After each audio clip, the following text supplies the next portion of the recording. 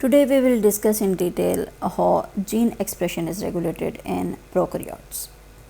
हम सब जानते हैं कि प्रोकैरियोट्स बहुत ही डाइवर्स किस्म के एनवायरनमेंट में एग्जिस्ट कर सकते हैं.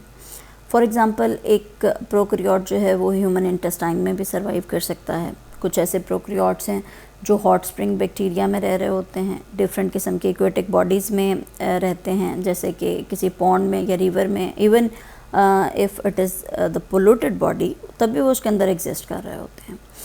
अगर इतने डाइवर्स एनवायरनमेंट के अंदर प्रोकैरियोट्स सर्वाइव करते हैं तो यकीनन उनका एक्सपोजर डिफरेंट किस्म के मेटाबोलाइट्स के साथ, डिफरेंट किस्म के मॉलिक्यूल्स के साथ होता है और उनके सराउंडिंग एनवायरनमेंट में उनको बहुत से डिफरेंट मेटाबोलाइट्स और मॉलिक्यूल्स फेस करना पड़ते हैं. फिर भी इतने wide range of ecological conditions में प्रोकैरियोट्स सर्वाइव करते हैं. उसकी रीज़न क्या है?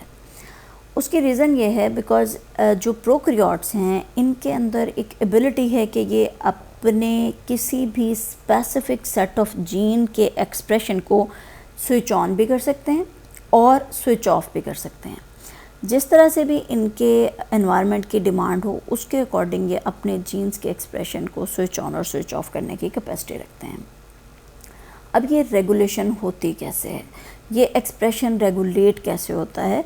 ये सेलुलर रिक्वायरमेंट के अकॉर्डिंग अपने आप को रेगुलेट करते हैं डिफरेंट किस्म के जीन्स कि whether they have to express their self और नॉट. तो अगर उन्हें अपना एक्सप्रेशन देना है वो जीन्स अपने आप को एक्सप्रेस करेंगे प्रॉपरली, और अगर नहीं उनके एक्सप्रेशन की ज़रूरत तो उस सेल के अंदर बड़े तरीके से उस एक्सप्रेशन को रेगुलेट किया जाएगा, और अगर ज़रूरत नहीं है तो वो जीन अपने आप को उस वक्त एक्सप्रेस नहीं करेगा. कुछ जीन्स ऐसे होते हैं जिन्हें हर वक्त ही अपने आप को एक्सप्रेस करने की ज़रूरत होती है और वो डिफरेंट किस्म की स्पीशीज़ के अंदर, डिफरेंट किस्म के ऑर्गेनिज़म्स के अंदर ऐसे जीन्स देखे जाते हैं. सिर्फ प्रोकैरियोट्स में नहीं, यूकैरियोट्स में भी ऐसे जीन्स होते हैं जो कि अपने आप को हर वक्त ही एक्सप्रेस करते हैं. ये जीन्स हाउस कीपिंग जीन्स कहलाते हैं. ये हर वक्त इनका एक्सप्रेशन जो है वो जारी रहना ज़रूरी होता है. अब ये जो हाउस कीपिंग जीन्स होते हैं ये फॉर एग्ज़ाम्पल हम अगर बात करें कि कुछ ऐसे एंजाइम्स हैं जो कि मेटाबॉलिक पाथवे को कैटलाइज करने के लिए ज़रूरी हैं, जैसा कि फॉर एग्ज़ाम्पल सिट्रिक एसिड का साइकिल है, तो वो एक हाउस कीपिंग जीन्स हैं जो कि वो एंजाइम्स प्रोड्यूस कर रहे हैं जो कि इन सारे मेटाबॉलिक पाथवेज़ को कैटलाइज करने की कैपेसिटी रखते हैं. सो सिट्रिक एसिड साइकिल जो है वो नहीं रुकेगा फॉर लॉन्गर टाइम. तो क्या होगा कि उसकी रेगुलेशन, उसका कैटालिसिस ज़रूरी है, और उसके कैटालिसिस के लिए जो जीन्स एंजाइम्स प्रोड्यूस कर रहे हैं वो मोस्टली हाउस कीपिंग जीन्स होते हैं. और ये जो एक्सप्रेशन है जो बिना किसी तातुल के जारी रहता है, कॉन्स्टेंटली जारी रहता है, इस एक्सप्रेशन को कॉन्स्टिट्यूटिव जीन एक्सप्रेशन कहा जाता है. अब जैसा मोलेकुलर सिग्नल इन जीन्स को मिलता है उसके अकॉर्डिंग इसमें किसी हद तक राइज एंड फॉल तो आ सकता है, लेकिन ये अपने आप को कॉन्स्टेंटली कॉन्स्टिट्यूटिवली एक्सप्रेस करते हैं. प्रोकैरियोट्स के अंदर ट्रांसक्रिप्शन भी होती है, फिर प्रोसेसिंग होती है, अल्टीमेटली ट्रांसलेशन होती है, और ये सारी ऐसी स्टेजेस हैं जिस पे जीन के एक्सप्रेशन को कंट्रोल किया जा सकता है. अगर हम ट्रांसक्रिप्शन की बात करते हैं तो इसमें जब इनिशिएशन होती है वो एक ऐसा पॉइंट होता है जहाँ पे जीन के एक्सप्रेशन को कंट्रोल किया जा सकता है. इसके बाद एलोंगेशन में बहुत ज़्यादा ऐसा कंट्रोल देखने में सामने नहीं आता, और उसके बाद जब टर्मिनेशन होती है वहाँ पर भी ये एक ऐसी स्टेज होती है, टर्मिनेशन ऑफ ट्रांसक्रिप्शन, कि जहाँ पर जीन एक्सप्रेशन को कंट्रोल किया जा सकता है, रेगुलेट किया जा सकता है. अगर प्रोकैरियोटिक सेल को कुछ प्रोटीन्स की ज़रूरत नहीं है, यानी वो अनवांटेड प्रोटीन्स हैं, तो उनकी सप्लाई को शट ऑफ किया जा सकता है. कैसे? कि अगर प्रोटीन बननी है तो यकीनन वो mRNA से बननी है. अगर RNA की सिंथेसिस ही ब्लॉक कर दी जाए तो ट्रांसक्रिप्शनल लेवल पे एक कंट्रोल का मैकेनिज़्म अडॉप्ट किया जा सकता है कि mRNA ही सिंथेसाइज नहीं हो रहा, उसकी सिंथेसिस ब्लॉक हो चुकी है. सो जब RNA नहीं बनेगा तो सर्टनली ट्रांसलेशन नहीं होगी और जो प्रोटीन सेल को नहीं चाहिए वो नहीं बनेगी. इसके अलावा रिप्रेसर प्रोटीन्स हैं जो कि जीन के एक्सप्रेशन को प्रोकैरियोट्स में रेगुलेट करते हैं। वो आकर रिप्रेसर प्रोटीन्स, जैसा कि हम जानते हैं, क्या आकर रिप्रेस कर देते हैं ट्रांसक्रिप्शन को, और अल्टीमेटली अगर ट्रांसक्रिप्शन नहीं हुई तो सर्टेनली ट्रांसलेशन का कोई जो है जवाब बाकी नहीं रह जाता। इसी तरह से अगर mRNA बन जाता है और उसके बाद उसको हाइड्रोलाइज कर दिया जाए तो भी further RNA wouldn't be available for the translation. So इस मैकेनिज़्म को, जिसमें हम RNA की सिंथेसिस के बाद उसको हाइड्रोलाइज करने की बात कर रहे हैं, ये पोस्ट ट्रांसक्रिप्शनल कंट्रोल है।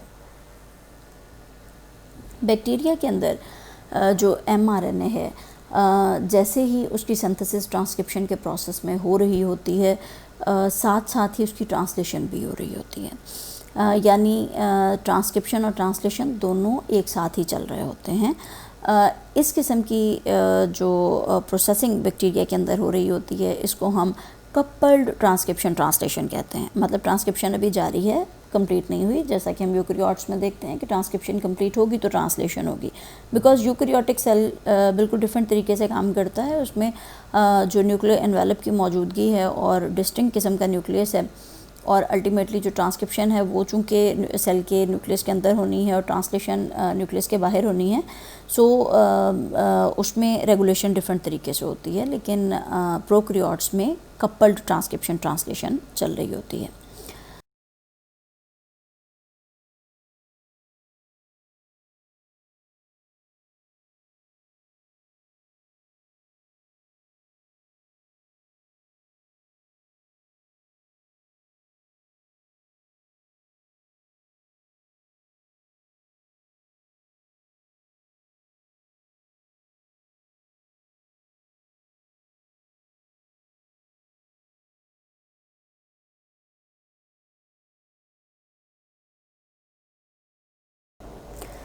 बैक्टीरिया के अंदर ट्रांसलेशन भी रेगुलेट होती है, लेकिन पैसिवली।